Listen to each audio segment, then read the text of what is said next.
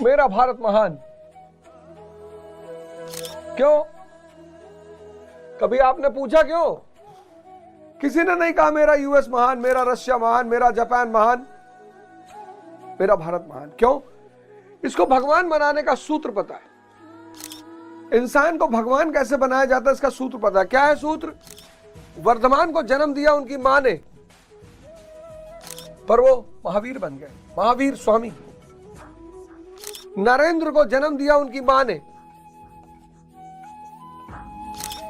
पर वो बन गए स्वामी विवेक आनंद। यह भारत। जय हिंद फ्रेंड्स। गुरुदेव भगवान की चरणों में सादर प्रणाम, सादर नमन। धर्म की धारा में आप सभी का स्वागत है। मानव और पशु, पशु एक अच्छा जीवन जी सकता है, एक वैभव और शाही जीवन जी सकता है, लेकिन मानव के पास ऑप्शन है भगवान बनने का। भारत देश भगवान बनाने का सूत्र जानता है। भगवान महावीर, भगवान बुद्ध, भगवान कबीरदास जी, भगवान रविदास जी, भगवान गुरु नानक जी, भगवान रामकृष्ण परमहंस जी, जो मन से यात्रा करके चेतना पर पहुंच गया, अनामय पद को पा गया, वो भगवान हो गया। इसमें कौन सी बड़ी बात है? इसीलिए पूरी दुनिया भारत की तरफ भाग कर आती है। थियोसॉफिकल सोसाइटी बनी। मैं बड़ा आश्चर्य हुआ जब मैंने पहली बार पढ़ा। कर्नल ऑलकॉट ने उसे बनाया, कर्नल ऑलकॉट अमेरिकी, मैडम ब्लाटावास्की ने उसे बनाया, रशियन। मुझे बड़ा आश्चर्य हुआ कि विदेशियों को क्या जरूरत है थियोसॉफिकल सोसाइटी बनाने की। भारत के पुरातन धर्मों का उद्धार, भारत के धर्मों से क्या लेना देना। फिर Annie Besant time theosophical society का काम बढ़ाने के लिए इंडिया, मद्रास में उन्होंने अपना बेस बनाया। मैं बड़ा आश्चर्य में पड़ा। मैंने कहा भाई तू क्रिश्चियनिटी में सुधार कर, प्रोटेस्टेंट और कैथोलिक में सुधार कर, तो उसको भारत के धर्मों से क्या लेना देना है। लेकिन जब मैंने द्विज का सिद्धांत पढ़ा, ट्वाइस बॉर्न, एक जन्म मां देती है, एक जन्म गुरु देता है। मां जन्म देती है, आपका जीवन इंद्रियों पे शुरू होता है। गुरु जन्म देता है, आपका जीवन चैतन्य पे शुरू होता है। यह है भारत, जिसको भगवान बनाने का सूत्र पता है, और उस सूत्र का नाम है द्विज। इसीलिए मेरा भारत महान, इसीलिए मेरा भारत महान।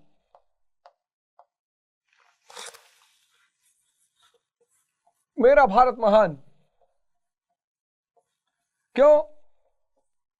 कभी आपने पूछा क्यों? किसी ने नहीं कहा मेरा यूएस महान, मेरा रशिया महान, मेरा जापान महान, मेरा भारत महान। क्यों? इसको भगवान बनाने का सूत्र पता है। इंसान को भगवान कैसे बनाया जाता है इसका सूत्र पता है। क्या है सूत्र? द्विज, ट्वाइस बॉर्न। एक जन्म मां देती है। जब व्यक्ति अपने इंद्रियों पे जीता है, सेंसेस पे, अच्छा खाना, अच्छा पहनना, यही जीवन की इच्छाएं, और फिर दूसरा जन्म गुरु देता है। जब व्यक्ति इंद्रियों से यात्रा करके चैतन्य पे पहुंच जाता है। तो सिद्धार्थ को जन्म दिया उनकी मां ने, लेकिन अलार कामा ने सिद्धार्थ को बुद्ध बना दिया। वर्धमान को जन्म दिया उनकी मां ने, पर वो महावीर बन गए, महावीर स्वामी। नरेंद्र को जन्म दिया उनकी मां ने, पर वो बन गए स्वामी विवेक आनंद। यह भारत। स्थिति प्रज्ञ पुरुष यानी कृष्ण। बस एक आदमी को ध्यान में रखिए। जैसे कंपाउंड की डेफिनेशन में बहुत लोगों से पूछता हूं, कंपाउंड की डेफिनेशन रटने की जरूरत क्या है? एलिमेंट, कंपाउंड, मिक्सचर, H2O याद रखो बस।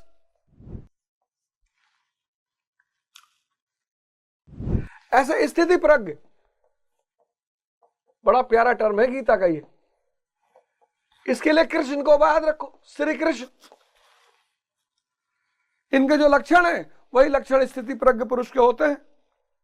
दुख सुख का प्रभाव नहीं है, शुभ अशुभ से बंधा हुआ नहीं है, इच्छाएं नहीं है। इच्छा इसलिए नहीं है क्योंकि माया गुलामी कर रही है। जो गैलेक्सी चाहेंगे उस गैलेक्सी पे चले जाएंगे, जिसकी जरूरत होगी वो तुरंत हाजिर हो जाएगा। सबसे अमीर अगर कोई दुनिया में होता है, एलन मस्क अमीर थोड़ी है, फिर मैं बार बार नाम ले रहा हूं उसको, एलन मस्क। एलन मस्क पैसा रखा है, इच्छाएं पूरी कर रहा है। हो सकता है इसकी जरूरत शांति हो, उसे मिल ना पा रही हो सकता है इसकी जरूरत नींद हो, इसे मिल ना पा रही हो। आनंद इससे कोसों दूर होगा और इसे फिर जन्म लेना पड़ेगा।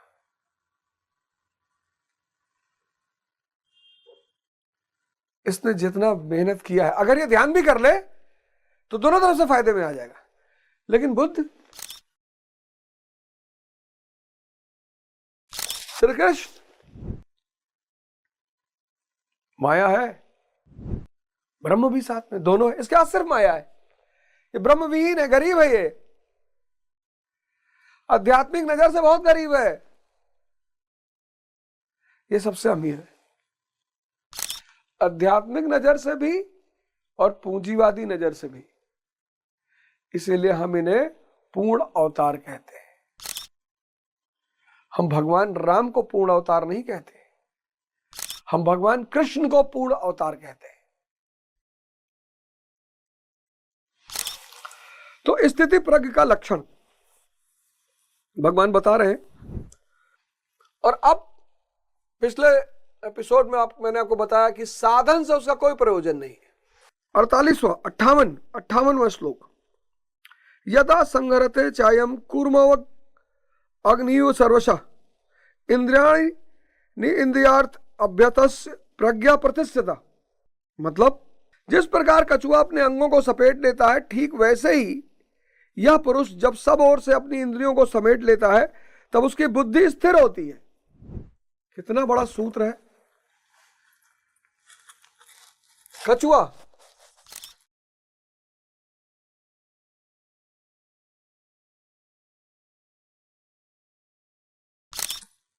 इसको टच करोगे, ये अपने शरीर को अपने खोल के अंदर समेट लेता है। उसी प्रकार जो ज्ञानी पुरुष है, ये अपने शरीर को अंदर समेट लेता है। उसी प्रकार ज्ञानी पुरुष अपनी इंद्रियों को अपने अंदर समेट लेता। बहुत बड़ा कॉन्सेप्ट बताने जा रहा हूं, ध्यान से सुनना। जितने लोग कहते हो मुझे याद नहीं होता, डिस्ट्रैक्शन रहता है, उल्टा सीधा मन करता है, पूरी जिंदगी को बदल के रख देगा आपको।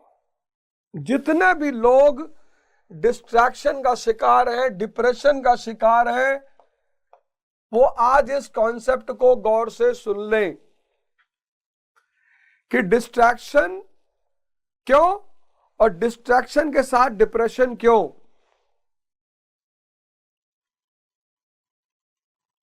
अब सेंसेस जो है तुम्हारी इंद्रियां,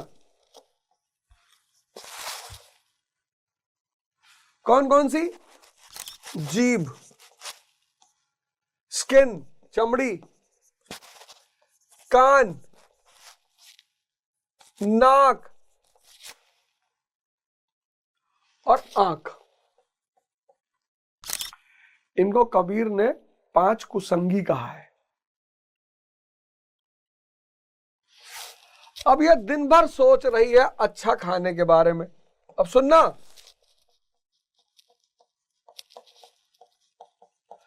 दिन भर ये अच्छा टच, अच्छी अनुभूति,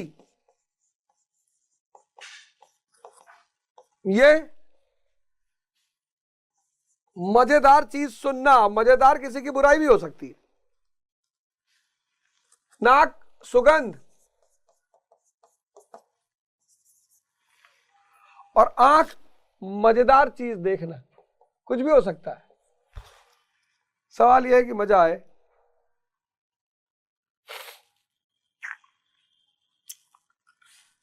अब ये पांचों कुसंगी क्या करते हैं?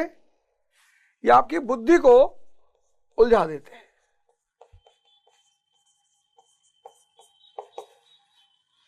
क्योंकि आप निरंतर बाहर भाग रहे हो ना, आप इन दरवाजों के द्वारा निरंतर बाहर भाग रहे हो।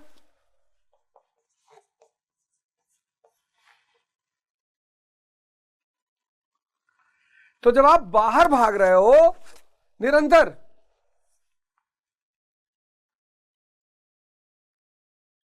तो बुद्धि चिंतन नहीं कर पा रही है। चिंता नहीं, चिंतन, चिंतन नहीं कर पा रही।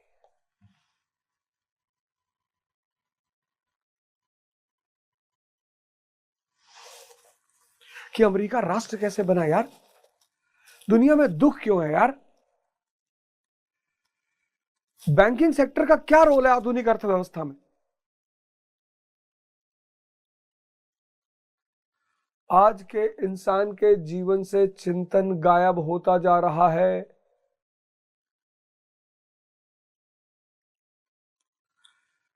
सुनना, गौर करना, चिंतन गायब होता जा रहा है।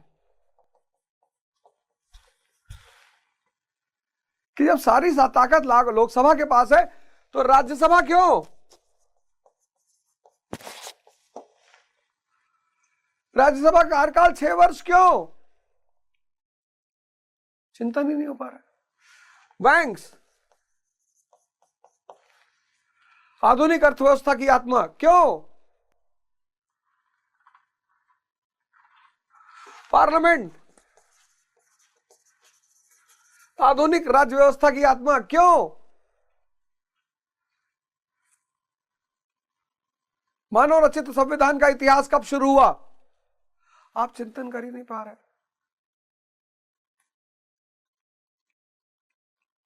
ये डिस्ट्रैक्शन समझ लो, ये डिस्ट्रैक्शन समझ लो आपके जीवन में क्यों है? क्योंकि आप ध्यान नहीं कर रहे हो। बेलगाम घोड़ा,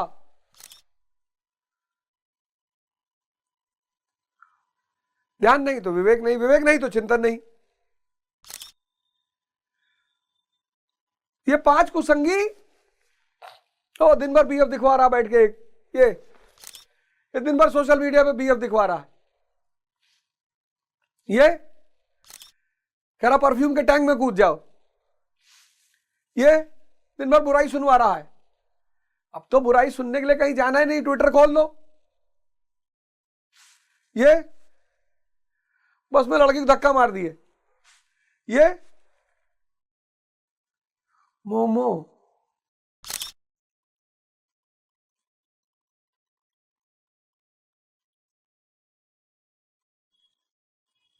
मोमो, दलिया सुन के कितना अच्छा लगता। मोमो, पिज्जा, बर्गर, नाम सुन के अजीब सा लग रहा है। दाल, भात, चोखा, एक अजीब सी फीलिंग आ रही है, सुखद। मोमो लग रहा किसी भूतनी पिक्चर का नाम है। बर्गर कोई आपराधिक स्क्रिप्ट पर लिखी गई फिल्म है। पिज्जा कोई लुटा हुआ आशिक।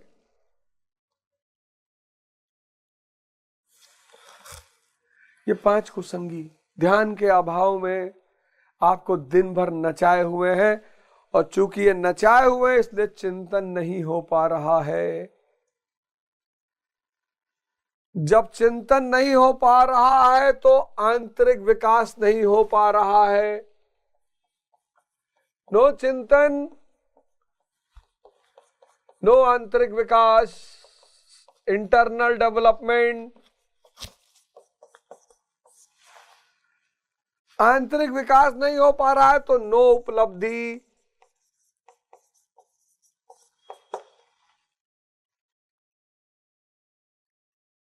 नो उपलब्धि तो नो प्लेस, कोई स्थान नहीं समाज में, तो डी डिस्ट्रैक्शन,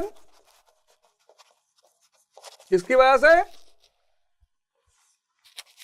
5 कुसंगियों की वजह से, ध्यान के अभाव में, और इससे पैदा हो जाता है डिप्रेशन।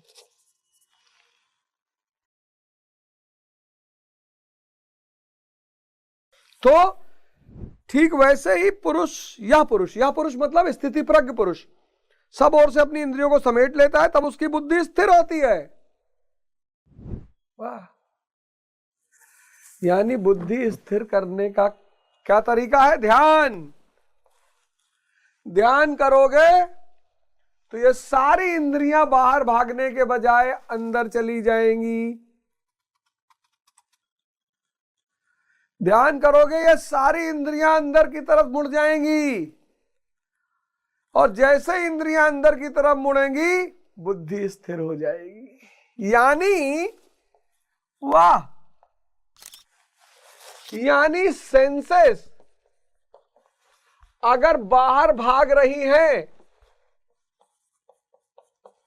तो बुद्धि अस्थिर, और अगर अंदर भाग रही है तो बुद्धि स्थिर।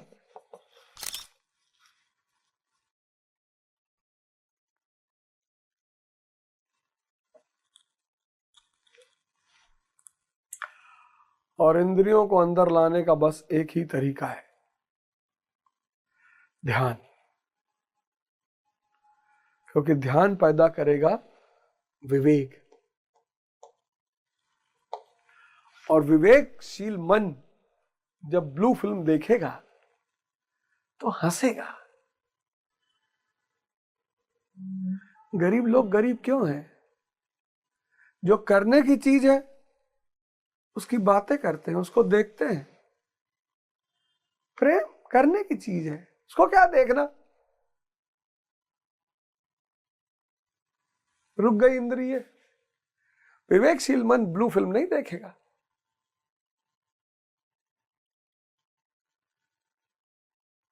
उसको पता है प्रेम करने की चीज है, इसको क्या देखना बे? विवेकशील मन जानता है ठीक है, अच्छे साबुन से नहा लिए, कपड़ा उपड़ा साफ है। विवेकशील कान, बुरा जो देखन मैं चला, बुरा न मिलिया कोई, और जो दिल खोजूं अपना मुझसे बुरा न कोई। कबीर किसी की बुराई नहीं सुन सकते। विवेकशील स्किन, सलाह कितनी बड़ी अभद्रता है यार, जानवर भी ऐसा नहीं करते। और विवेकशील जीभ, दिन में कहीं एक लड्डू खा लिया, ये नहीं 2.5 किलो लड्डू खा गए। ये विवेकशील ध्यान विवेक पैदा करेगा। विवेकशीलता इन 5 के लिए लगाम का काम करेगी। विवेक क्या है? मन और इंद्रियों की लगाम।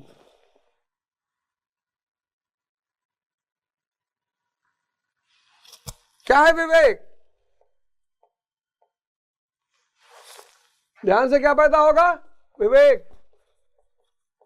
विवेक क्या है? लगाम। किसकी?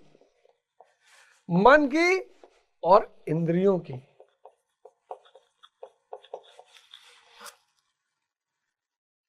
ये बिना मतलब बाहर नहीं भागेंगी।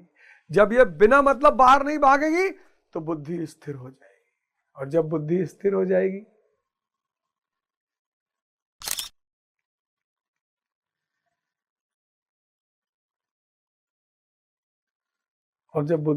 जाएगी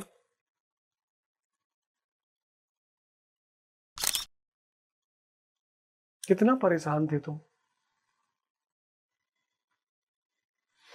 हैं? खतरे को देखते ही कछुआ जिस प्रकार अपने सिर और पैर समेट लेता है, ठीक उसी प्रकार जो पुरुष विषयों में विचरती हुई इंद्रियों को सब ओर से समेटकर हृदय देश में निरोध कर लेता है, उस काल में उस पुरुष की बुद्धि स्थिर होती है। किंतु यह तो एक दृष्टांत मात्र है। खतरे का एहसास मिटते ही कछुआ तो अपने अंगों को पुनः फैला देता है। क्या इसी प्रकार स्थिति प्रज्ञ महापुरुष भी विषयों में रस लेने लगता है? नेमिनाथ, जैनों के तीर्थंकर हुए नेमिनाथ, बड़े प्रसिद्ध तीर्थंकर हुए नेमिनाथ, अरिष्टनेमी, ये सब जैनों के तीर्थंकर हैं। जैनों के बड़े प्रसिद्ध तीर्थंकर है। भगवान कृष्ण का भाई भी कहा जाता है। तो एक बार मथुरा वृंदावन में आके रुके, शायद वो कहानी है, कहानी इसी सिद्धांत पर आधारित है, सुनिएगा। तो भगवान कृष्ण को पता चला तो उन्होंने राधा जी से कहा कि आप नेमिनाथ जी के लिए भोजन ले जाएं, और बारिश का समय था। तो राधा जी ने कहा कि भाई यमुना जी तो बड़े उफान पर, उनको पार करना बहुत मुश्किल है। तो कृष्ण जी ने राधा जी से कहा कि आप ऐसा करिए, आप जाइए और यमुना जी से कहिएगा कि अगर कृष्ण ने कभी किसी स्त्री को स्पर्श किया हो, अगर कृष्ण ने कभी किसी स्त्री को स्पर्श किया हो,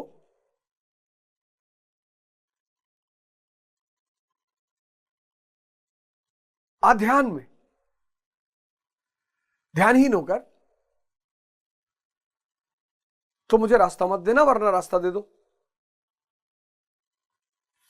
राधा जी ने कहा ये क्या बात हुई यार। खैर गई, वो गई और उन्होंने कहा कि भाई वही बात दोहराई कि अगर अध्यान में या ध्यानहीन होकर किसी को स्पर्श किया हो तो मुझे रास्ता ना देना, वरना दे दो। तो यमुना जी ने रास्ता दे दिया, वो चली गई उस पार। नेमिनाथ जी को भोजन कराया, और 56 प्रकार का भोजन। और राधा जी को लगा ये तो जैन तीर्थंकर है यार, 56 प्रकार का भोजन कर ले गए। खैर उसकी ज्यादा चिंता उनको तब हुई जब उन्हें पता चला कि वो आपा जना, अब यमुना जी कैसे रास्ता देंगी। तो नेमिनाथ जी से कहा, तो नेमिनाथ जी ने कहा कि तुम जाओ यमुना से कह देना कि अगर नेमिनाथ ने कभी भोजन वास्तविक रूप से किया हो तो रास्ता ना देना, वरना दे दो। अरे राधा जी ने कहा अभी देखा 56 प्रकार का भोजन खाए हो। अरे बोली जाओ कहो तो भाई। गई कहीं, फिर यमुना जी ने रास्ता दे दिया। बड़ा आश्चर्य हुआ राधा जी को कि ये कौन सा खेल है यार, ये कौन सा खेल चल रहा है। आकर उन्होंने भगवान कृष्ण से कहा, प्रभु ने कहा कि जो जागृत है, ज्ञानी है, वो सिर्फ दर्शक है।